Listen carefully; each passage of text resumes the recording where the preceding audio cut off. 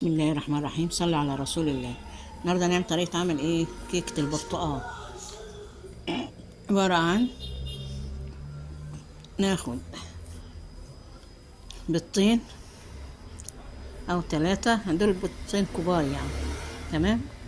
حط عليهم كوباية سكر، تمام، كوباية عصير البرتقال، واقل من نص كوباية زيت، تمام، ومعلقتين الخل والليمونة، وكله ده في الخلاط.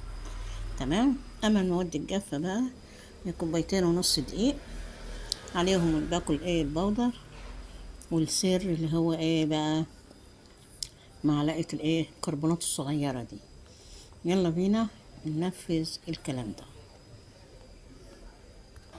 ادي بشر برتقال، ادي البيضتين،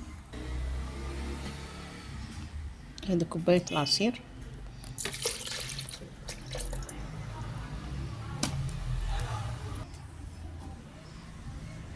ادي الزيت، ادي معلقة الزبدة اهو كده موجودة عندي. نجيب بقى معلقة سمنة بلدي، وادي السمنة البلدي،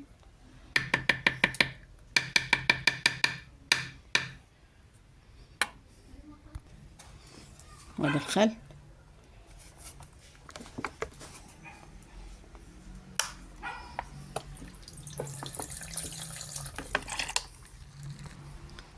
وادي الليمون، وادي السكر. فر بقى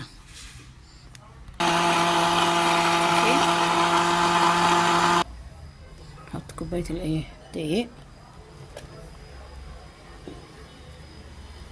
ودي نص كوباية، طبعا عليها الكربونات، وعليها البودرة وذرة الملح. تمام. تقلبي بقى كله كده تاني بالمعلقة. خلاص. دهنت اهوت التوابل السمنة، هنعفرهم بقى الدقيق ده اهو، تسكوا كده ونزعوها في الارض. تمام. شايفين؟ ايه رأيكم بقى في الجمال ده؟ ايه رأيكم بقى في الجمال ده؟ شايفين حلاوة؟ كوبايتين ونص. تعالى بص.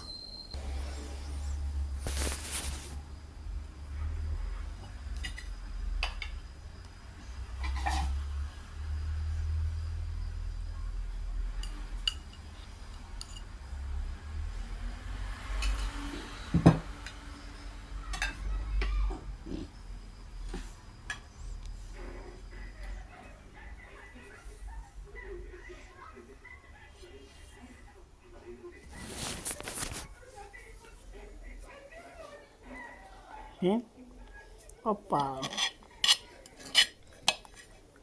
لسه بالبخار اهو، بخار. شايفين؟ شايفين الجمال؟